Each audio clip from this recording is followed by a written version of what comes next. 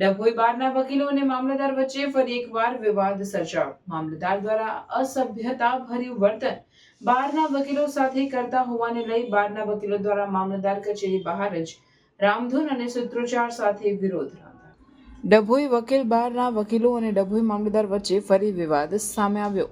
પુનઃ એકવાર વકીલોને મામલતદારની કોર્ટમાંથી અપમાનિત કરાતા હોવાના ગંભીર આક્ષેપો અંગેનો વિવાદ વકર્યો હતો।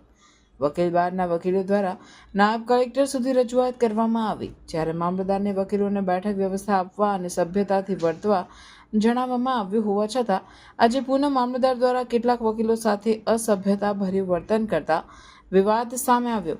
વકીલ બારના વકીલો મૌખિક રજૂઆત માટે દોડી આવ્યા હતા। એ મામલતદારને રજૂઆત કરતા મામલતદાર દ્વારા અકળ વલણ દર્શાવી વકીલોની રજૂઆત ઉપર ધ્યાન આપ્યું ના હોય, જેથી બારના વકીલો દ્વારા તેમના હકો અને પક્ષકારોના હિત માટે મામલતદાર કચેરી બહાર જ રામધૂન બોલાવી હતી અને ભારે સૂત્રોચ્ચાર સાથે વિરોધ દર્શાવ્યો હતો।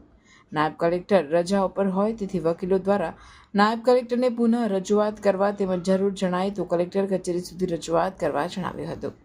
રિપોર્ટર મીત માછી, શિનોર સમાચાર ન્યૂઝ, ડભોઈ। આજરોજ મામલતદાર કોર્ટ ખાતે ઘણા કેસો હતા।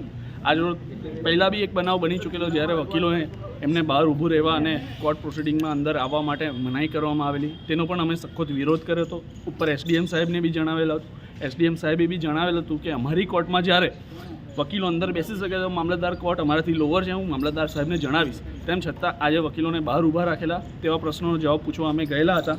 આજનું જે બોર્ડ જોવામાં આવે, આજનું બોર્ડ પણ આજની તારીખનું નથી, કાલની તારીખનું બોર્ડ છે અને આજે ઘણા પક્ષકારો હાજર નથી રહ્યા, કારણ કે એમની જે મનમાની કરવામાં આવે છે, પક્ષકારોને ફોન કરીને બોલાવવા, એમને તારીખોની જાણ ન કરવી, એના લીધે ઘણા પક્ષકારો આ ન્યાયથી વંચિત પણ રહ્યા છે।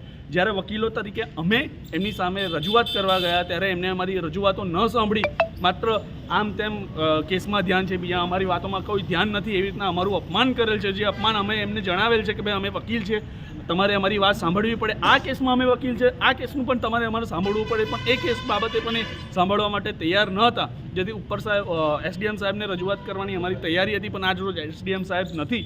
હવે કાલે પરમ દિવસે એસડીએમ સાહેબને મળી પછી આગળના જે કંઈ પણ પગલાં ભરવામાં આવશે એ અમે ભરીશું।